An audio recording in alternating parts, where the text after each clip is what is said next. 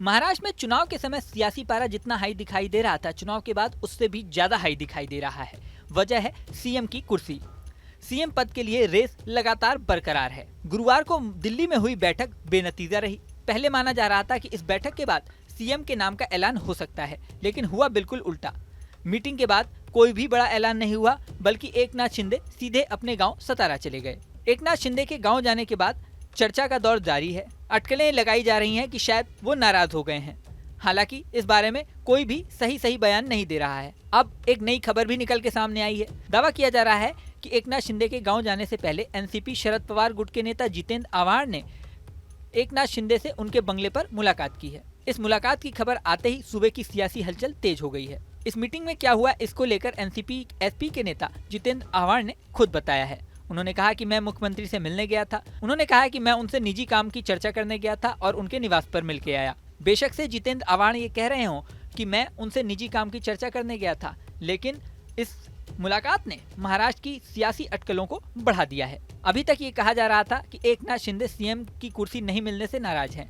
इस सवाल पर जितेंद्र आव्हाड ने कहा है कि एकनाथ शिंदे के अंदर नाराजगी जैसी कोई बात मैंने नहीं देखी। मैं उनका चेहरा देखकर बता सकता हूं कि वो नाराज हैं या खुश हैं। वहीं जब से एकनाथ शिंदे अपने गांव सतारा गए हैं, तब से महायुति के नेताओं के द्वारा ये कहा जा रहा है वो अपने सिर्फ निजी काम के लिए गांव गए हैं, उनके अंदर नाराजगी जैसी कोई बात नहीं है। हालांकि राजनीतिक जानकारों का कहना है कि महायुति में सब कुछ ठीक नहीं है। बता दें कि महाराष्ट्र में चुनाव को हुए 6 दिन से ज्यादा बीत चुके हैं, लेकिन अभी तक सीएम फेस पर कोई भी बड़ा ऐलान नहीं हुआ है। दावा ये किया जा रहा है कि एकनाथ शिंदे गृह मंत्रालय की मांग कर रहे हैं। दरअसल अभी तक राजनीतिक गलियारों से जो खबरें निकलकर आई हैं, उसमें दावा ये किया जा रहा था कि देवेंद्र फडणवीस को मुख्यमंत्री बनाने की चर्चा चल रही है।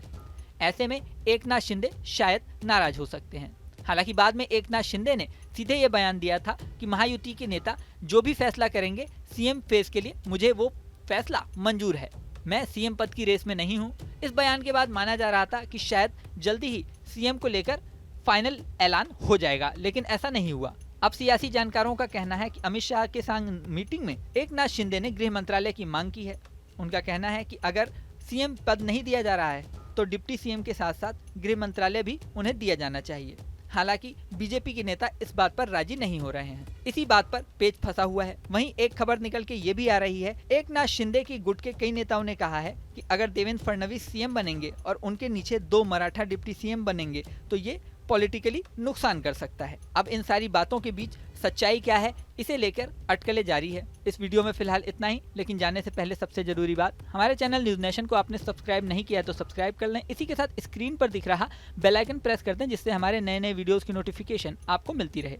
मिलते हैं नेक्स्ट वीडियो में, बने रहें न्यूज नेशन के साथ। न्यूज नेशन अब व्हाट्सएप पर खबरों के ताजा अपडेट के लिए न्यूज नेशन के इस QR कोड को स्कैन करें।